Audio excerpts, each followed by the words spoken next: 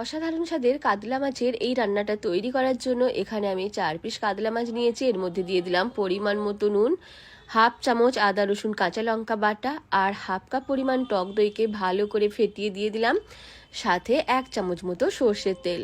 সব কিছুকে মাছের সাথে ভালো করে মিশিয়ে নিচ্ছে। ভালো করে মাখিয়ে নেওয়ার পর টক দইকে 15 মিনিটের জন্য ঢেকে একটা সাইডে রেখে দেব। অন্যদিকে একটা মশলা তৈরি করে নিচ্ছি। এর জন্য কড়াইয়ে গোটা গরম মশলা, জিরে, মৌরি, ধনে সব 1 চামচ করে নিয়েছি।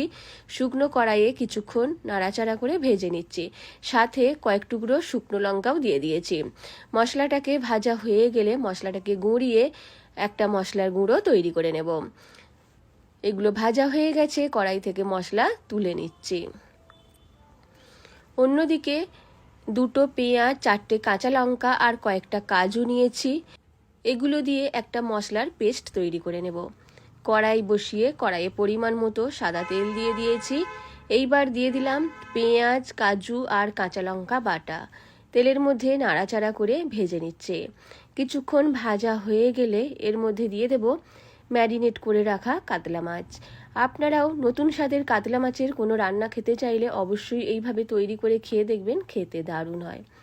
এইবার আমি দই সমেত মাছগুলোকে মশলার মধ্যে ঠিক এইভাবে দিয়ে দিচ্ছি।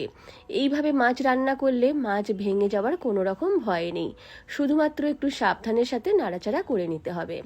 এইবার এক্সট্রা যে দইটা ছিল সেটাও দিয়ে দিলাম, সাথে পরিমাণ মতো নুন আর চিনি। কিছুক্ষণ ফুটিয়ে নিলাম হাই ফ্লেমে। কিছুক্ষণ ফুটিয়ে নেওয়ার পর এইভাবে উল্টে দিচ্ছি মাছগুলোকে।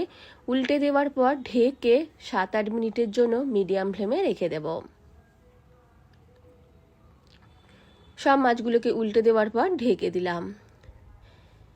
প্রায় 7-8 মিনিট মতো ঢেকে রেখেছিলাম। এইবার ঢাকনাটা খুলে দিলাম। এখানে গ্রেভিটা অনেকটা ঘন হয়ে গেছে। যখন গ্রেভি ঘন হয়ে আসবে তখন এর মধ্যে আগে থেকে যেই মশলাটা ভেজে গুঁড়িয়ে রেখেছিলাম সেই ভাজা মশলা পরিমাণ মতো দিয়ে দিলাম। মশলা দেওয়ার পর সাথে দিয়ে দিলাম অল্প একটু কসুরি মেথি। কসুরি মেথি দেওয়ার ফলে গন্ধটা আরও ভালো আসবে। আরও কিছুক্ষণ ফুটিয়ে নিলাম। তেলটা যখন সম্পূর্ণ এরকম আলাদা হয়ে আসবে তখন বুঝতে হবে রান্নাটা রেডি। আপনারাও এইভাবে দই কাতলা তৈরি করে খেয়ে দেখবেন, যা খেতে অসাধারণ হয়। রান্নাটা ভালো লাগলে লাইক, শেয়ার এবং কমেন্ট করতে ভুলবেন না।